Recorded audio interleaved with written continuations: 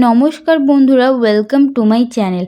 আজকের recipe egg fried rice, যেটা আমি বানাবো দুপুরের অবশিষ্ট ভাত দিয়ে। অবশ্যই তোমরা সম্পূর্ণ রেসিপিটা দেখো, আর যারা আমার চ্যানেলে নতুন আছো আমার চ্যানেলটি সাবস্ক্রাইব করো। সবার প্রথমে আমি একটা কড়া গ্যাসের ওপর বসিয়ে নিচ্ছি। কড়া ভালো করে গরম করে নিই। এর মধ্যে কিছুটা সাদা তেল দিয়ে এর মধ্যে দিচ্ছি হাফ চামচ রসুন কুচি ও হাফ চামচ আদা কুচি ও একটা কাঁচা লঙ্কা কুচি। এইগুলো কিছুক্ষণ একটু ভেজে নেবো, যাতে লাল লাল করে ভাজা হয়ে যায়। হালকা কিছুক্ষণ একটু ভেজে নিতে হবে, যাতে রসুনের ও আদার কাঁচা গন্ধটা চলে যায়। এখন গ্যাসের ফ্লেম মিডিয়ামে আছে। আমি সম্পূর্ণ রান্নাটাই গ্যাসের ফ্লেম মিডিয়ামে রেখেই করব। রসুন আদা আমার খুব ভালো করে ভেজে নেওয়া হয়ে গেছে। এইবার এর মধ্যে দিচ্ছি পেঁয়াজ কুচি। আমি এখানে দুটো বড় সাইজের পেঁয়াজ কুচি করে নিয়েছিলাম। পেঁয়াজগুলো আমি ছোট ছোট করে কুচি করেছি। এইবার পেঁয়াজ কিছুক্ষণ খুব ভালো করে ভেজে নেব। দেখো, আগের থেকে পেঁয়াজ অনেকটাই ভাজা হয়ে এসেছে।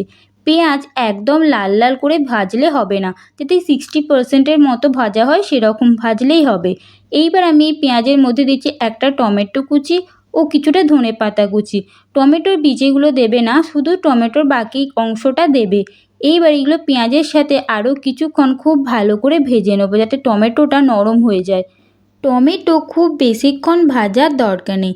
হালকা একটু ভাজতেই দেখতে পাবে যে এটা আস্তে আস্তে নরম হয়ে আসছে। যখন টমেটো এরকম নরম হয়ে আসতে শুরু করবে, তখন মশলাটা আর বেশি ভাজতে হবে না। মশলাটা এইরকম মাঝামাঝি ফাঁকা করবে, কারণ এইবার এর মধ্যে আমি দেবো ডিম। মশলার মাঝের অংশটা কিছুটা ফাঁকা করে নিই, এর মধ্যে আমি দেবো দুটো ডিম। আমি দুটো ডিম ফাটিয়ে দিচ্ছি। এইবার প্রথমে এটা মাঝখানে খুব ভালো করে একটু সময় নিয়ে মিশিয়ে নিচ্ছি। তোমরা চাইলে এটা ভেঙে ফাটিয়েও দিতে পারো। এইবার আমি সম্পূর্ণ মশলাটার মধ্যে এই ডিম খুব ভালো করে মিশিয়ে নেব। আমি এখানে ডিম ভাতের পরিমাণ অনুযায়ী নিয়েছি। আমি ভাতের পরিমাণ অনুযায়ী দুটো ডিম নিয়েছি। তোমরা যেরকম পরিমাণ মানে যতটা ভাত নেবে সেই অনুযায়ী ডিম নেবে। কম ভাত নিলে একটা ডিমও নিতে পারো, বা বেশি ভাত নিলে দুইয়ের একাধিকও বেশি ডিম নিতে পারো। এইবার কিছুক্ষণ খুব ভালো করে ডিমটাকে আগে মশলার সাথে মিশিয়ে নেব। দেখো, এখন ডিমটা খুবই নরম, তাই মশলার সাথে একেবারে মিশে আছে। এটা কিছুটা সময় ধরে খুব ভালো করে ভাজতে হবে, তবে এইটা এরকম ঝুড়ো ঝুড়ো হবে।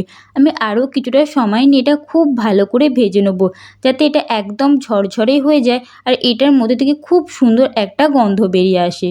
এটা আগের থেকে অনেক ঝরঝরে হয়ে গেছে। এইবার এর মধ্যে আমি দিচ্ছি ভাত, আর এটা আমাদের দুপুরের অবশিষ্ট ভাত। এই এগ ফ্রাইড রাইস রেসিপিটা তোমরা যে কোনো চালের ভাত দিয়েই বানাতে পারবে।